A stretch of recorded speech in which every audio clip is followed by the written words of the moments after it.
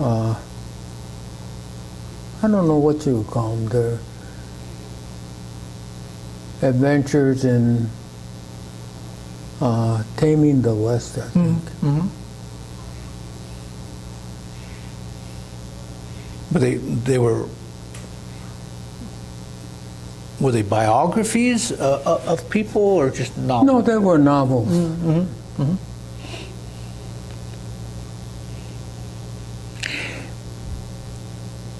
So then you entered the military while you were in the camp? No. I went out to St. Paul after I graduated because a friend of mine had his family out there, mm-hmm. or his older brother, and they asked him to, come to St. Paul, and he asked me to go along with him. So I was out there, I think working in a cold storage plant. Uh-huh. And you were able to leave the camp because of this arrangement in St. Paul? Well, because I didn't go west, I went east. Mm-hmm. So I guess the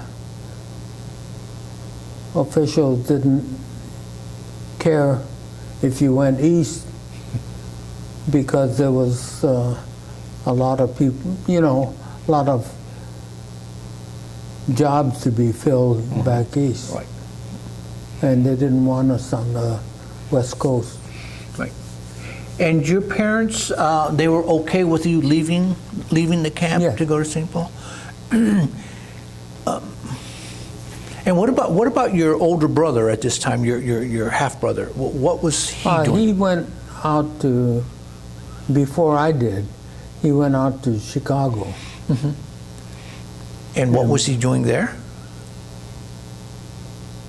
I'm not sure. He was working in some kind of factory, mm-hmm. I think. When you were in St. Paul working, did you experience any racism or discrimination or anything worse than that while you were there? No. Right. It was kind of strange because there I was working for, I think it was 72 cents an hour or something like that. Mm-hmm. And it was in a warehouse, cold storage warehouse. Mm-hmm. And because I could read, I was promoted to a checker instead of, and I got maybe a 5 cents an hour raise. But apparently at that time, a lot of the white people couldn't read. Mm-hmm. Oh, that reminds me, if I may go back to when you were young. When you were growing up, did your mother and father speak to you in Japanese or English or both? Mostly in Japanese, but partly in English. Mm-hmm. And then as we got older, it was like maybe half and half. And was that because both of your parents were also beginning to become fluent in English? Yeah. Well, since my father was, going to open up his own restaurant, mm-hmm. he needed to learn some English right. to be able to speak to his customers. Mm-hmm. Thank you.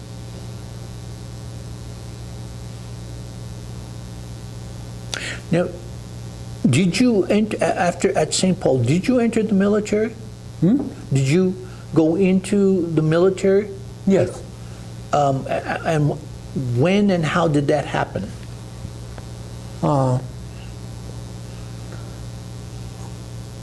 I volunteered for induction from St. Paul and then went down to Camp Livingston for basic training.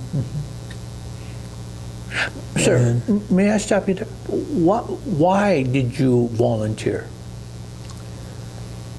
I think it was partly because a good friend of mine died in France, you know, I guess as one of the troops ferried in on gliders. You know, maybe you know his name is, it was Ted Fujioka. The name is familiar. Then I heard that he had been killed over there, so I guess that made me want to join up. And you had no reservations about joining the Army after being in the relocation camp? No. During this time, did you ever, what was your feelings about Japan? About this, you know? Well, no. Japan was a place where my parents came from, but I felt no loyalty to Japan as a, you know, country.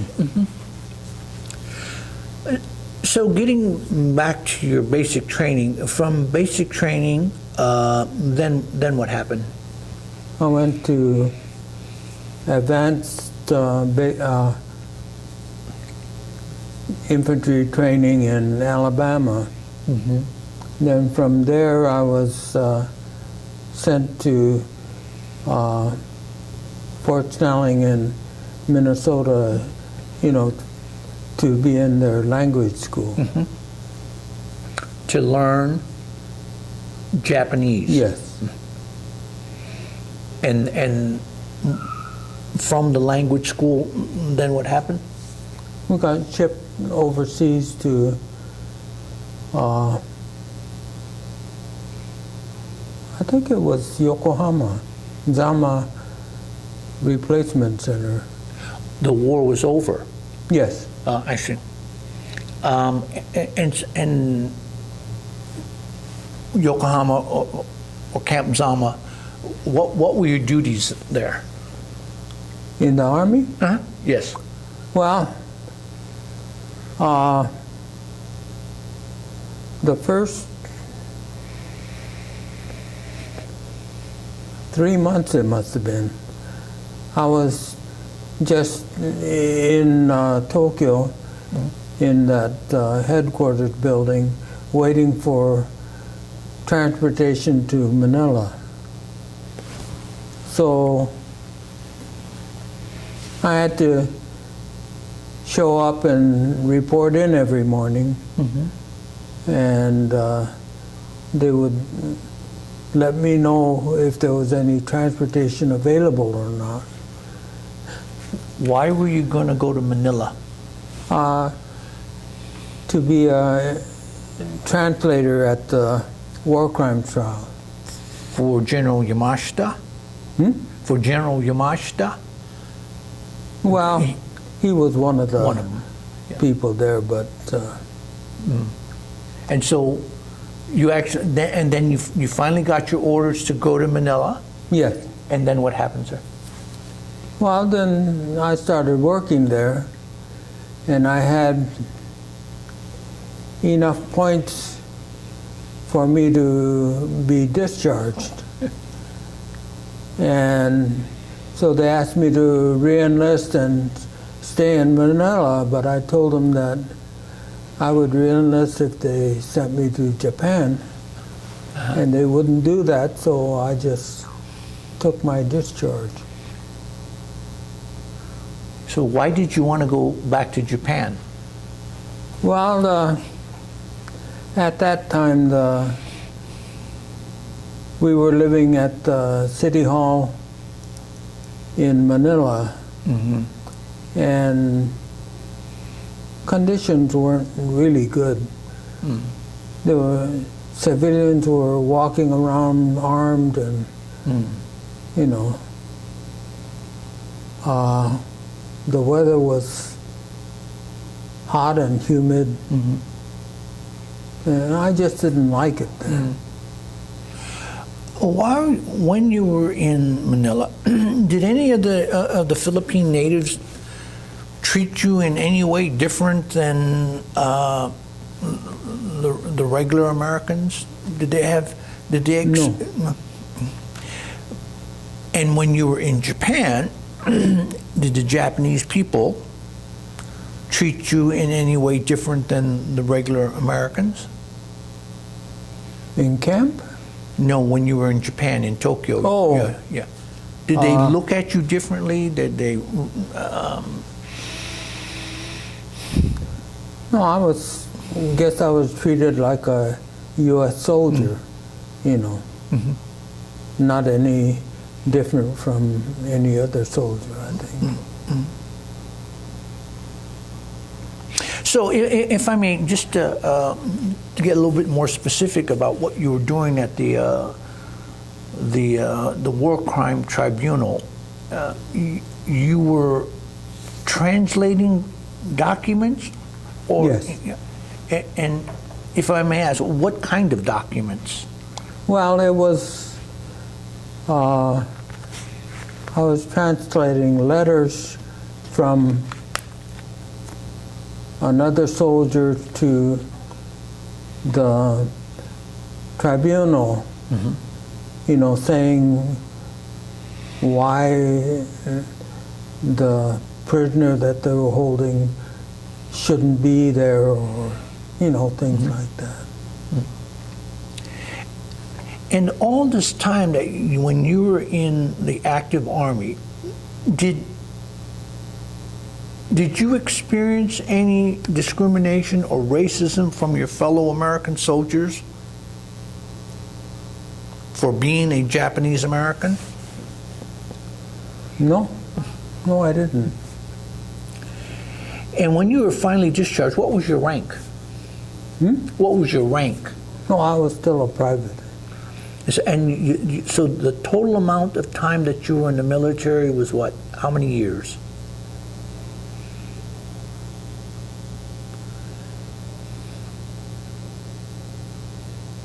Maybe a year and a half or 2 years, something like that. So you received your discharge papers and you came back to the United States. Well, I came back and was discharged here. And I think it was some camp up near Sacramento. and then from Sacramento as a civilian, where did you come back to?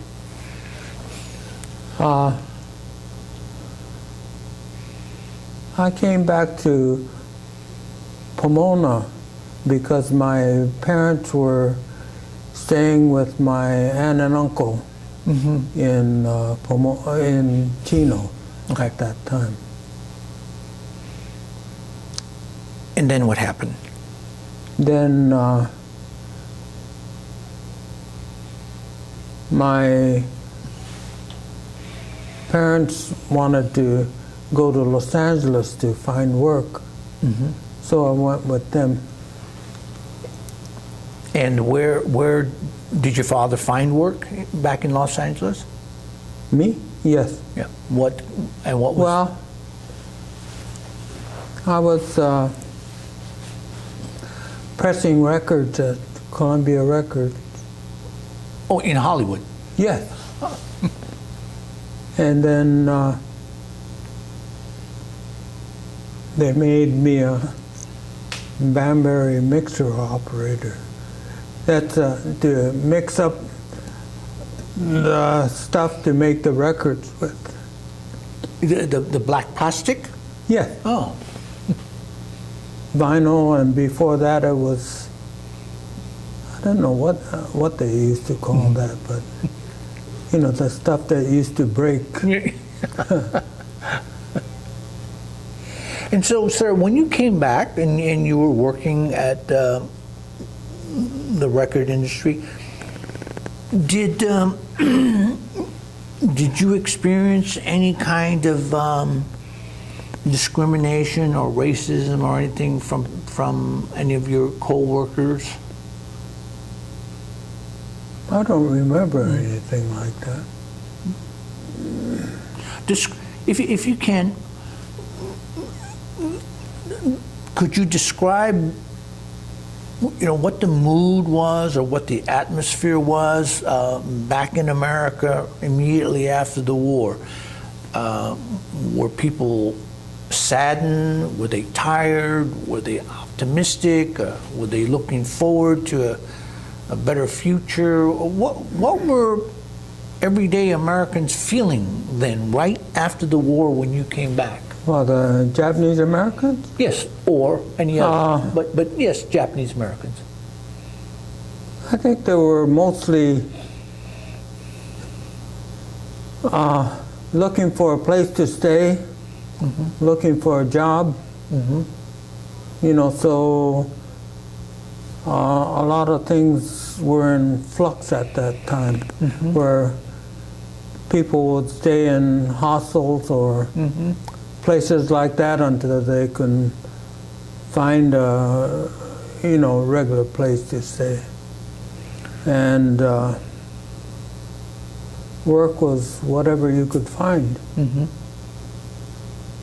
From what you saw, was it difficult for the Japanese Americans that were coming back from wherever they were coming from, probably the camp, to find a place to stay?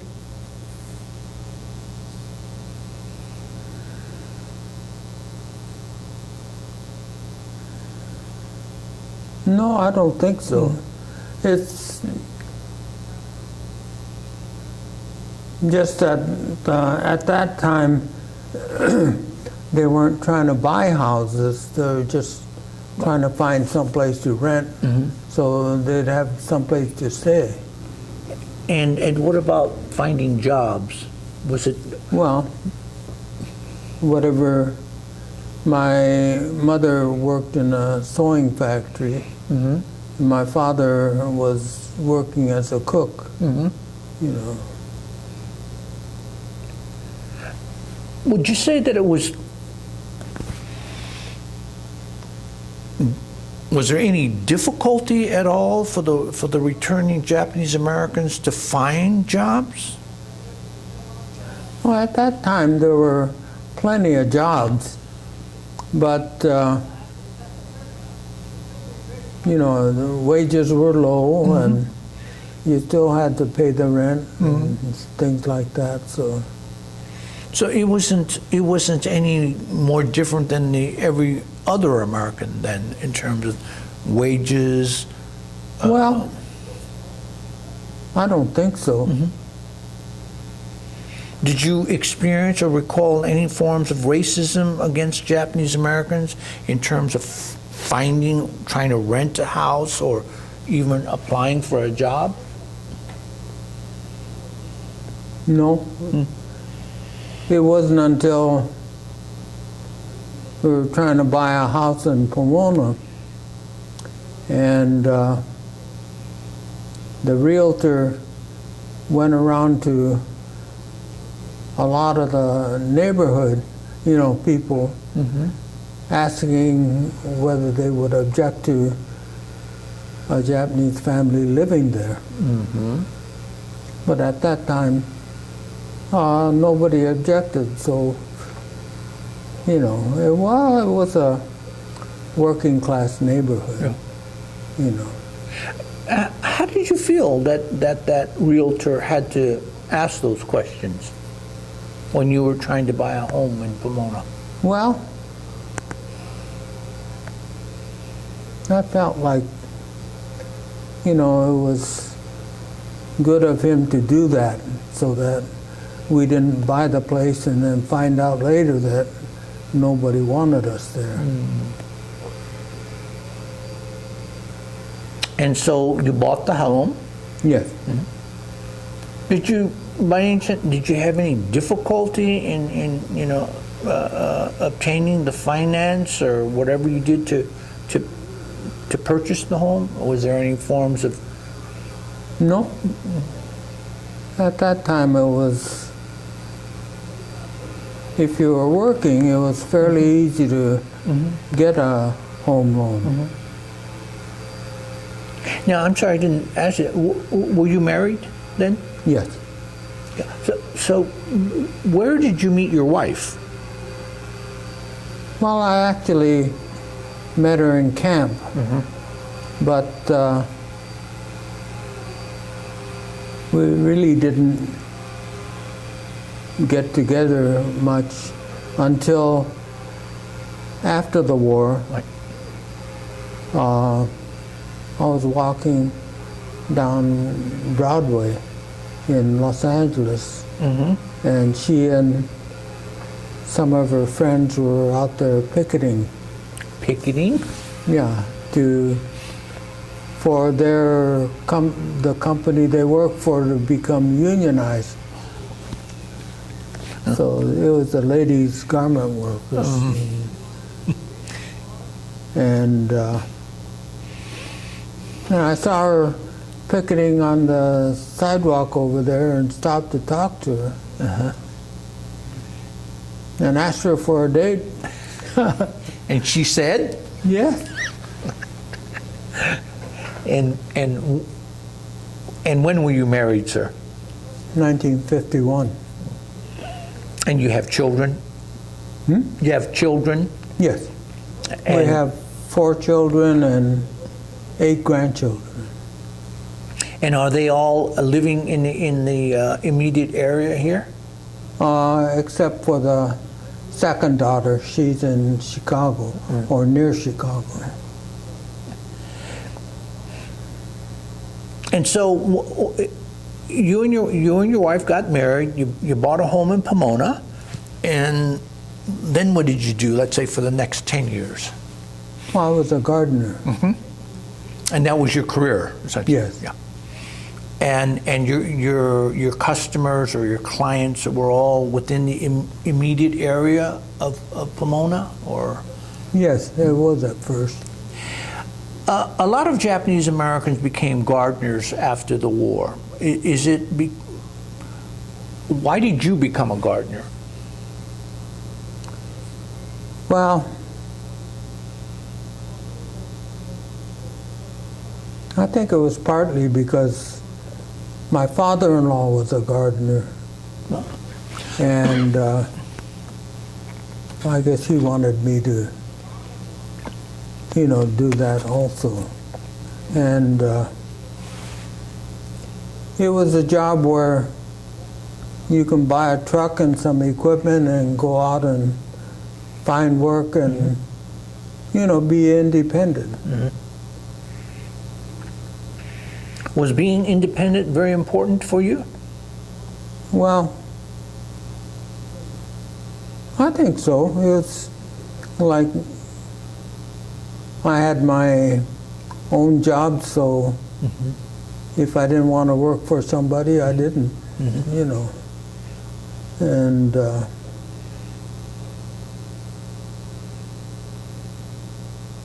I guess, when I think about it, we raised 4 kids and they're all doing well, and and at the time when the kids were small, my wife wasn't working, so we were living on my income, so and paying off the mortgage on the house, so it was okay. While you were raising your 4 children, did World War II in any way influence you and your wife in terms of how you would bring up your children? For example, was there an emphasis on the Japanese culture, or did you not emphasize that much, or anything like that? Well,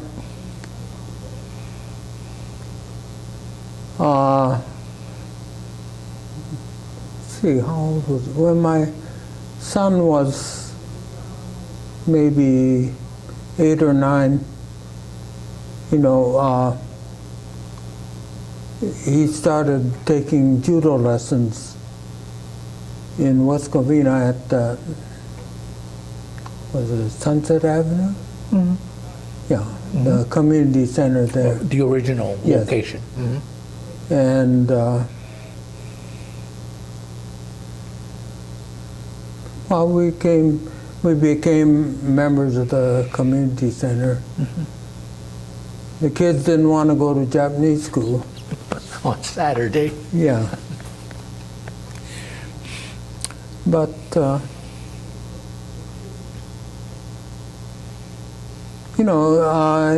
even though they didn't go to Japanese school, I think they feel their Japanese heritage.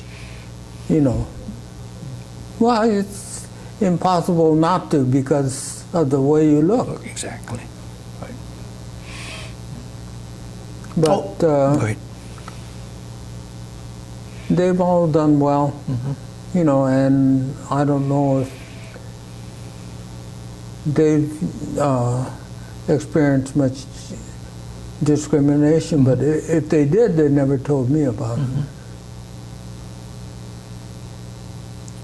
As you look back on your life, particularly, the time of World War II, well, actually before, during World War II, and afterwards, if there was something that you learned from that,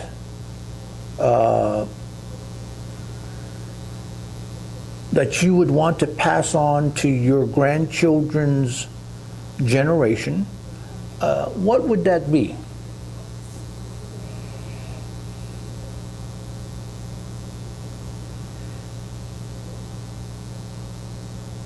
I don't know. I think probably that, no matter what you do, you have to persevere and do the best you can.